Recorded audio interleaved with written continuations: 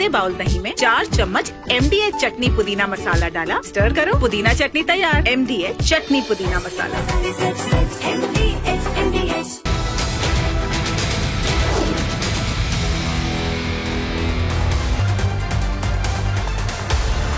नमस्कार, बहुत स्वागत है आपका। आपके साथ मैं हूं मृदुल शर्मा और आप देख रहे हैं न्यूज का एक्सरे। और आज आपको बताऊंगा, जो आतंकी कल रो रहे थे अब उनके दिल की धड़कनें बढ़ने लगी हैं, क्योंकि ऑपरेशन सिंदूर को अब सेना आगे बढ़ाएगी। और दर्शकों, आज जैसा मैंने कहा कि अब पाकिस्तान में बैठे आतंकी कांपने लगे, क्योंकि अब ऑपरेशन सिंदूर को नेवी आगे बढ़ाएगी। और इसलिए आज मैं कह रहा हूं, यह कहा जा रहा है भारत की तरफ से कि अगर पाकिस्तान गलती करेगा तो अब नेवी बदला लेगी।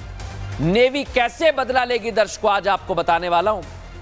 पाकिस्तान को अभी हाल ही में, आपको पता है ना, भारतीय एयरफोर्स ने जैसे पटक पटक कर मारा, जिस तरह से धूल चटाई, ये शायद ही पाकिस्तान भूल पाएगा। नहीं भूल पाएगा। ऐसे मारा है, देख लीजिए, फिर याद दिला रहा हूं मैं, डेली आपको बताता हूं। और शहबाज शरीफ दर्शकों सोते सोते भी भारत के पाकिस्तान को धूल चटाने के सपने नींद में देखता है और सक पकाकर उठ जाता है वो खौफ में, क्योंकि आपको पता है ना, देर रात का समय था जब भारत ने पाकिस्तान में दिवाली मना दी थी। लेकिन भारत आतंकवाद को लेकर एकदम साफ है, पीएम मोदी ने बता दिया है। भारत बार बार ये कह रहा है ऑपरेशन सिंदूर थमा है, खत्म नहीं हुआ। अगर दुश्मन ने भारत पर इस बार आंख उठाने की जरूरत भी की है ना, तो भारत छोड़ेगा नहीं। और जिस ऑपरेशन सिंदूर को फिलहाल रोका गया है, खत्म नहीं किया, उसे अब तीनों सेनाओं में से नौसेना आगे बढ़ाने वाली है और यह तय हो चुका है। दर्शकों, पहले आपको सुनवाता हूं राजनाथ सिंह ने कैसे पाकिस्तान को चेताया। दुनिया जानती है, अगर पाकिस्तान ने इस बार कोई नापाक हरकत की तो हो सकता है कि इस बार ओपनिंग हमारी नेवी के द्वारा होगी। रक्षा मंत्री को आपने सुना ना दर्शक, लेकिन अब मैं बताता हूं इसका खौफ पाकिस्तान में कैसे।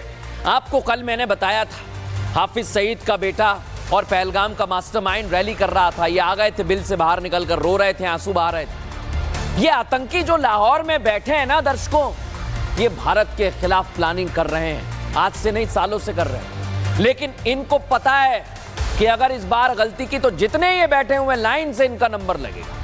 पहलगाम में आतंकी हमले में देखा ना आपने कैसे इन्होंने निहत्थे हिंदुओं को मारा। सिंदूर उजाड़ने वाले लोगों को हमने सबक सिखाया है और ये मास्टरमाइंड बचा हुआ है दर्शकों। अगला नंबर इसका ही है, मैं कह रहा हूं बार बार। इसलिए ये बौखलाहट में और आतंकियों की जमात इकट्ठा कर रहा है, साजिश रच रहा है। लेकिन ये आतंकी घबरा रहे हैं, अंदर से घबराहट है इन्हें। प्रधानमंत्री नरेंद्र मोदी के नाम से ही घबराते हैं ये। और आपको बता दूं मैं, ये प्रधानमंत्री नरेंद्र मोदी के लिए कई तरह की बातें कर रहे हैं, भारत के लिए कई तरह की बातें कर रहे हैं, हिंदुओं के लिए कई तरह की बातें कर रहे हैं। वो भी जरा आपको सुनवा देता हूं।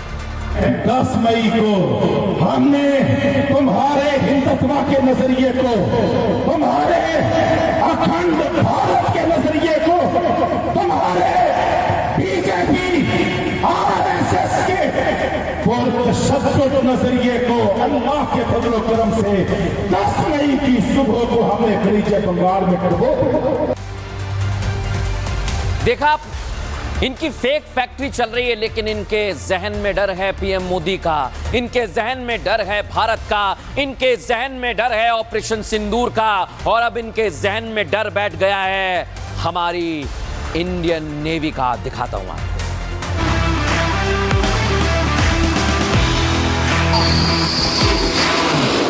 समंदर का प्रहरी और बादशाह, चलता फिरता युद्धपोत,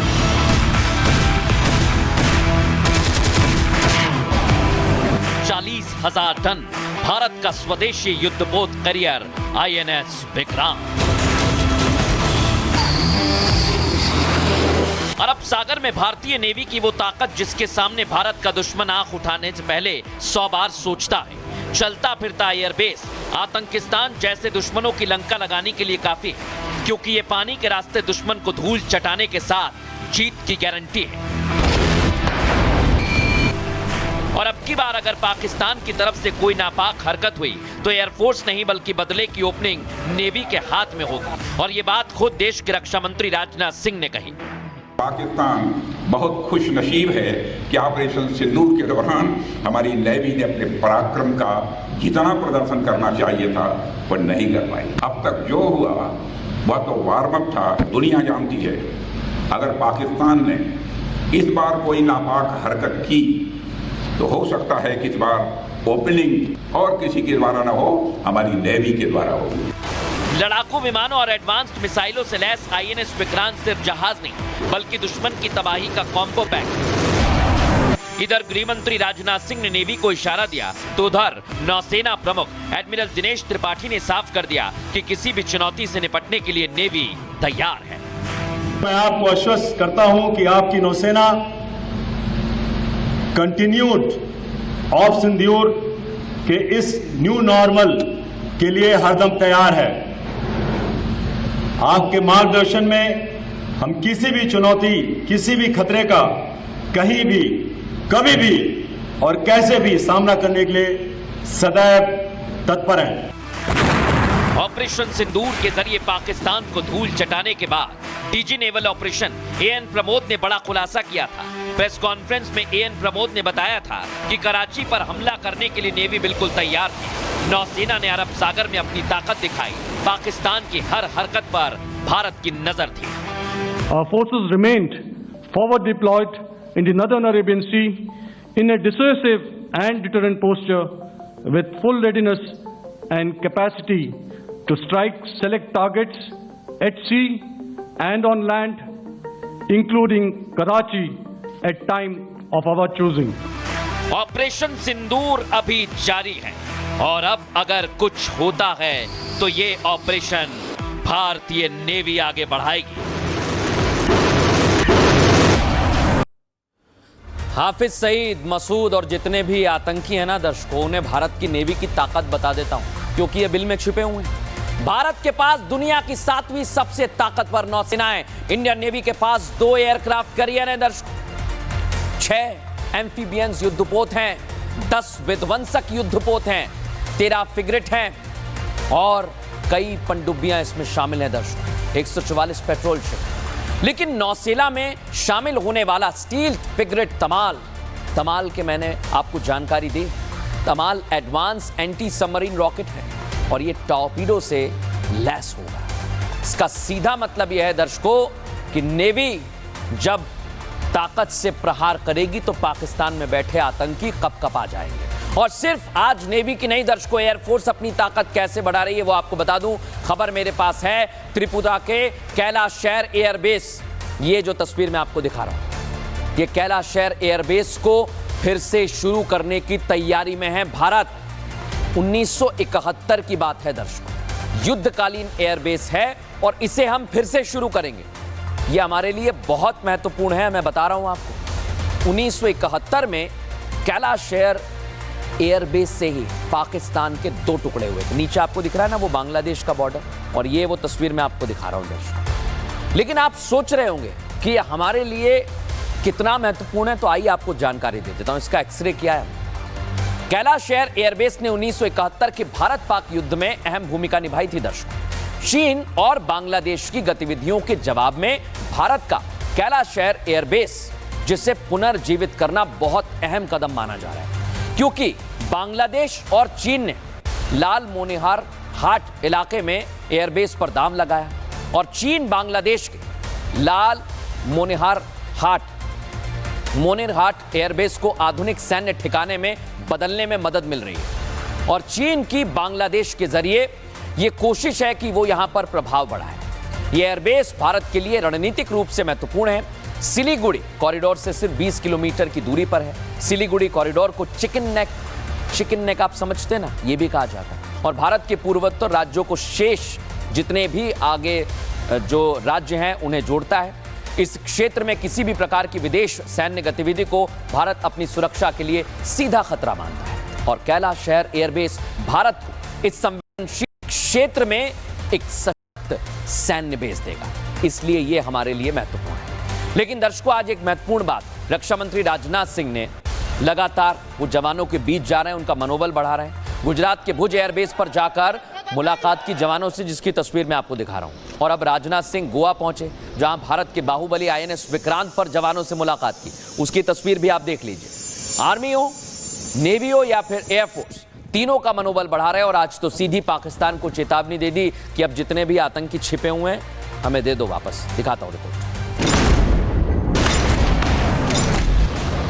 सुन लो पाकिस्तान, ये भारत की लास्ट वार्निंग है। ये रक्षा मंत्री का आखिरी अल्टीमेटम है।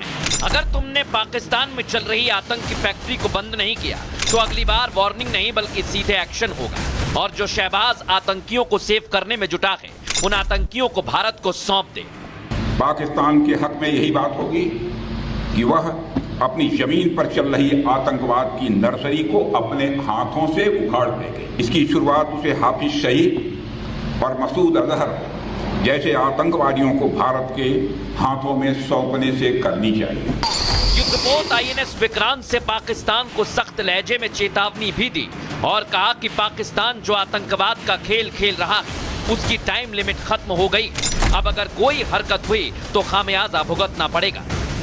आतंकवाद के जिस खतरनाक खेल को खेलता आ रहा है उसकी मियाद अब खत्म हो चुकी है।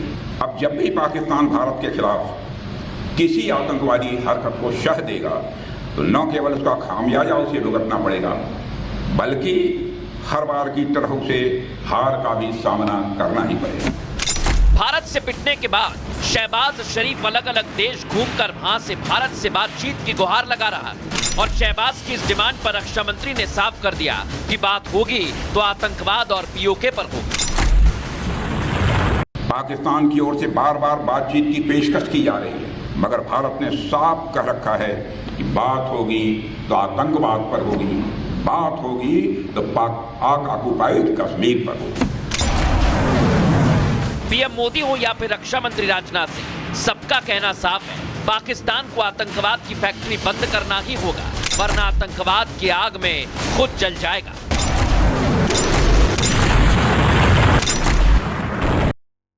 और यह निश्चित है दर्शकों कि पाकिस्तान ने अगर आतंकवाद को पनाह देना नहीं छोड़ा तो वो आतंकवाद की आग में जल उठेगा। उसे आतंकवाद का साथ छोड़ना ही होगा और आतंकवाद को पनाह देना बंद करना होगा। और अगर वो ऐसा नहीं करेगा दर्शक, तो मैं आपको बताता हूं, अगर भारत पर पहलगाम जैसे हमले की साजिश रचेगा और सोचेगा भी, दिमाग में भी लेकर आएगा ना, तो भारत उसे छोड़ेगा नहीं। PM मोदी ने बिहार की जमीन से बताया था ना कि कल्पना से परे सजा मिलेगी, वो हुआ। और आज तो बिहार पहुंचे, इसके बाद कानपुर चले गए और कानपुर से पाकिस्तान में बैठे आतंकियों को बहुत बड़ा संदेश दे दिया है। सुनवाता हूं आपको।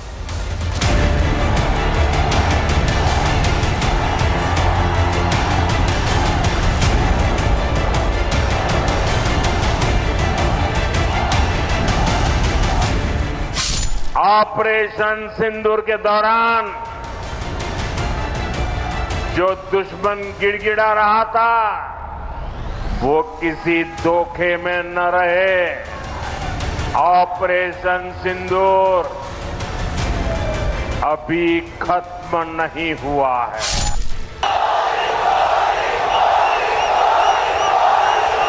PM मोदी चाहे दुनिया के किसी भी कोने में क्यों ना हो, उस जगह से दुश्मन को संदेश बार बार एक ही दे रहे हैं।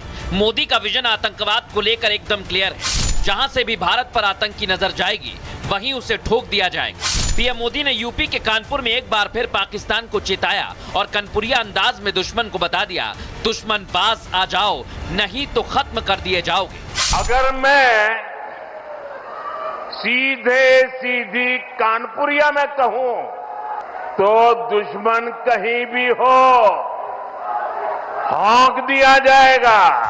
अपने 45 मिनट के भाषण के दौरान PM मोदी ने आतंक के खिलाफ लड़ाई में 3 सूत्रीय फॉर्मूले को दुनिया के सामने रख दिया। आतंक के खिलाफ 3 सूत्र स्पष्ट रूप से तय किए हैं। पहला, हर आतंकी हमले का करारा जवाब देगा। दूसरा, भारत अब एटम बम की गीदड़ बप्पी से नहीं डरेगा। तीसरा, आतंक के आका और आतंकी सरपरस्त सरकार को भारत एक ही नजर से देखेगा। ऑपरेशन सिंदूर के दौरान पीएम मोदी पहली बार कानपुर पहुंचे तो सीएम योगी आदित्यनाथ भी उनके साथ मौजूद रहे। सीएम योगी ने भी दुश्मन पर जमकर हमला बोला, साथ ही उन्होंने ऑपरेशन सिंदूर की खूब सराहना की। इससे पहले बिहार के सासाराम की जनता से पीएम मोदी ने कहा कि पहलगाम हमले के अगले ही दिन जो वादा बिहार की जनता से करके गए वो उसे पूरा करके वहां लौटे हैं। अभी पहलगाम में जम्मू कश्मीर में आतंकी हमला हुआ था। एक दिन के बाद मैं बिहार आया था, वचन दिया था आतंक के आकाओं के ठिकानों को मिट्टी में मिला दिया जाएगा। आज जब मैं बिहार आया हूं तो अपने वचन पूरा करने के बाद आया हूं। चारों कोनों से दुश्मन को संदेश एक ही है, इस बार तो तुमने केवल वार्म अप देखा है, अगर ऐसी कोई हिमाकत फिर की तो पूरी पिक्चर देखने लायक नहीं बचोगे। दर्शकों, आपने सुना ना आज कानपुरी अंदाज पीएम मोदी का, दुश्मन कहीं भी हो हौंक दिया जाएगा। लेकिन आज आपको बताता हूं दर्शकों, देश के बाहर दुश्मन नहीं है, देश के अंदर भी दुश्मन है और इन्हें हौंकने का काम चल रहा है। भारत में रहकर ये पाकिस्तान के लिए जासूसी करते हैं, देश के गद्दार हैं ये लोग और इन पर एक्शन लिया जा रहा है। दर्शकों, दिल्ली पुलिस की स्पेशल सेल ने कासिम नाम के इस जासूस को पकड़ा है। देख लीजिए आप इसे, राजस्थान के डीग का रहने वाला है ये कासिम और ये पाकिस्तान से मिला हुआ था। पाकिस्तान को ये भारत की जानकारी दे रहा था और आप सुनेंगे दर्शकों कि इसने मात्र 2 लाख रुपए का इसको आसपास पेमेंट हुआ है और इसने भारत की जानकारी दे दी 2 लाख रुपए में, वो भी अलग अलग किस्तों में इसे दिए गए हैं। ऐसे ना जाने कितने लोग हैं जो चंद रुपयों के लिए बिक रहे हैं। लेकिन इस जासूसी रैकेट में स्पेशल सेल को 2 और आरोपियों की तलाश है दर्शकों, जिनमें से एक का नाम है हसीन, जो आईएसआई के हैंडलर्स को सीक्रेट जानकारी पहुंचा रहा था। और पूछताछ में कासिम ने पता है क्या बताया है, आईएसआई ने उसे बताया था कि उसका भाई अनीस उनके लिए काम करता है और तुम भी हमारे साथ जुड़ जाओ, हमारे लिए काम करो। आप सोचिए ये कैसे ब्रेन वॉश करते हैं, क्योंकि तुम मौलवी हो और लोग तुम्हारी बातों पर विश्वास करेंगे। ये जितने मौलाना मौलवी हैं उनके लिए भी सावधान करने वाली खबर है कि आपका नाम लेकर बता रहे हैं कि तुम मौलाना मौलवी हो, तुम्हारी बातों पर विश्वास करेंगे, तुम पाकिस्तान के साथ जुड़ जाओ। लेकिन आज दर्शकों बहुत बड़ा खुलासा कर रहा हूं मैं, जो जासूस कासिम को लेकर हो रहा है। बताता हूं आप, कासिम ने लाहौर के आर्मी में ट्रेनिंग ली दर्शकों। 3 आईएसआई अफसरों ने कासिम को ट्रेनिंग दी। खबर तो यह भी है कि आईएसआई अधिकारियों को कोड नेम शाहजी और ताऊजी दिया गया था।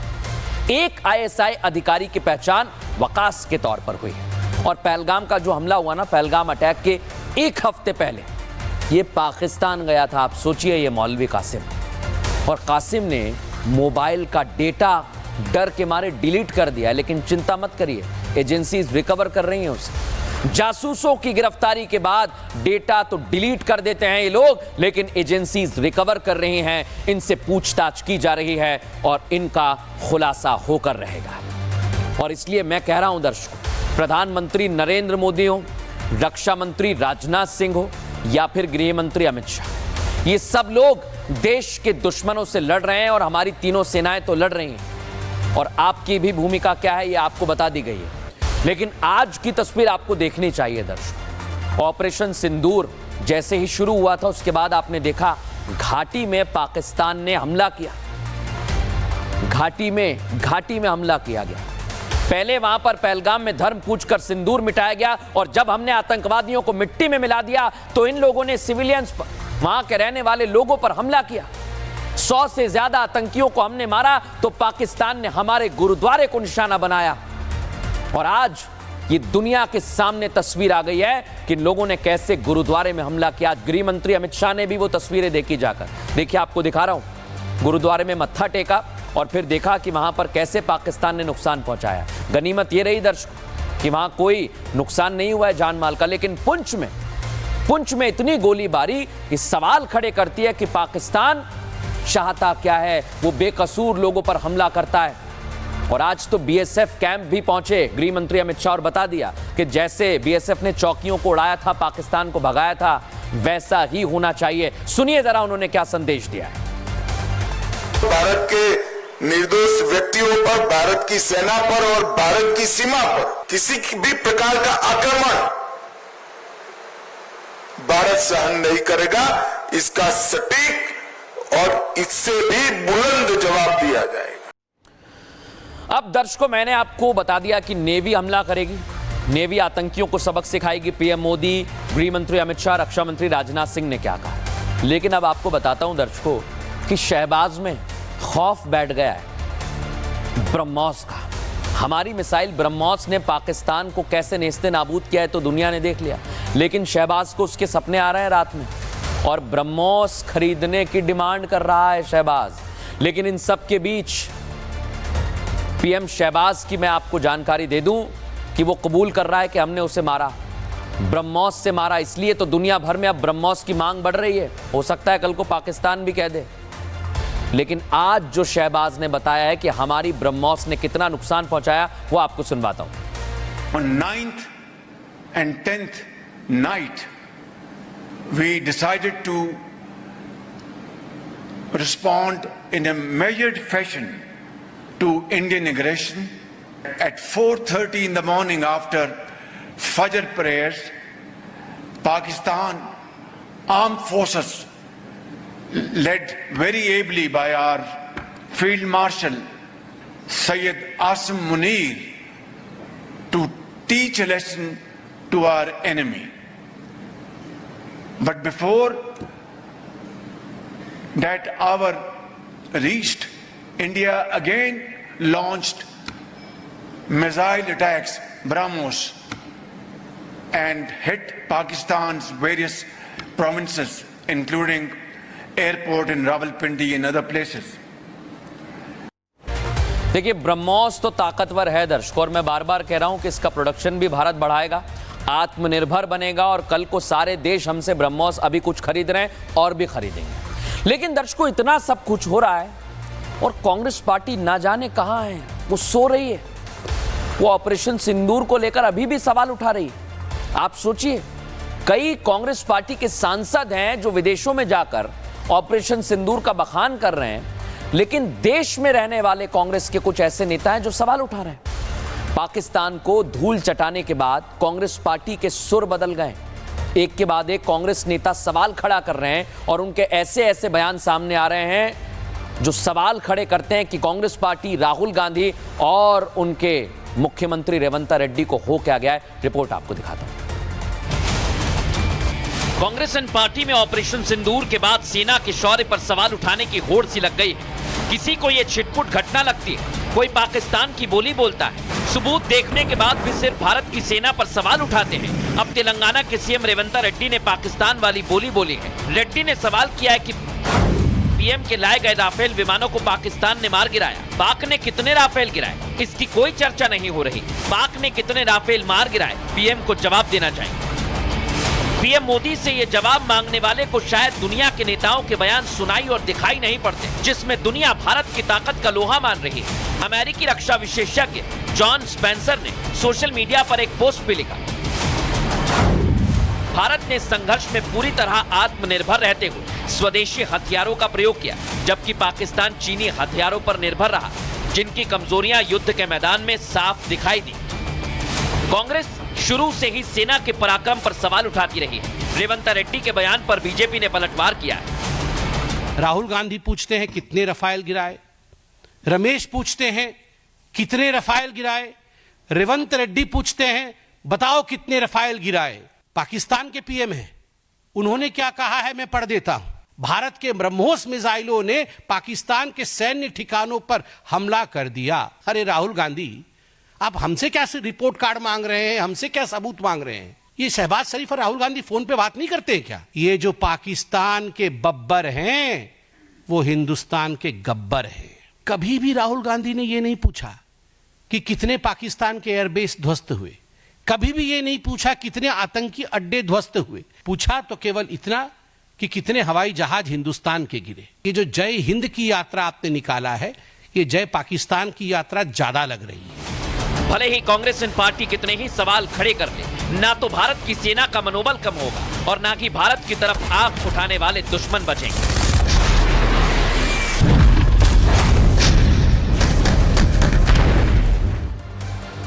अब दर्शकों, उड़ीसा की राजधानी भुवनेश्वर से आज एक हैरान करने वाली घटना सामने आई है, जब एक शख्स अपने फ्लैट की खिड़की से करोड़ों रुपए के नोट फेंकने लगा, गड्डियां फेंकने लगा। देखिए जरा, लोग समझ नहीं पा रहे थे कि क्या हो रहा है। और यह शख्स कोई आम आदमी नहीं है, उड़ीसा सरकार में ग्रामीण विकास विभाग में चीफ इंजीनियर है। और तस्वीर दिखाता हूं मैं आपको। सरकारी चीफ इंजीनियर के घर पर जब छापा मारने टीम पहुंची तो यह डर की वजह से 500 रुपए की गड्डियां अपने फ्लैट की खिड़की से बाहर फेंकने लगा। वो तस्वीर जरा आप देख लीजिए। बैकुंठनाथ सारंगी के खिलाफ भ्रष्टाचार और आय से अधिक संपत्ति के मामले में 7 जगह पर छापा मारा है। 2 करोड़ की नकदी, ये जो मैं आपको दिखा रहा हूं, ये बरामद की गई है। और इसे गिनने के लिए करीबन आधा दर्जन टीम पहुंची थी। लेकिन दर्शकों, सोना चांदी के जेवरात भी इससे बरामद किए गए हैं। अब आप समझिए कि ऐसे ऐसे लोग हैं जो भ्रष्टाचार में लिप्त हैं, इन पर कड़ा एक्शन लिया जाएगा। बहरहाल वक्त हो गया एक छोटे से ब्रेक का। न्यूज का एक्सरे में फिलहाल इतना ही।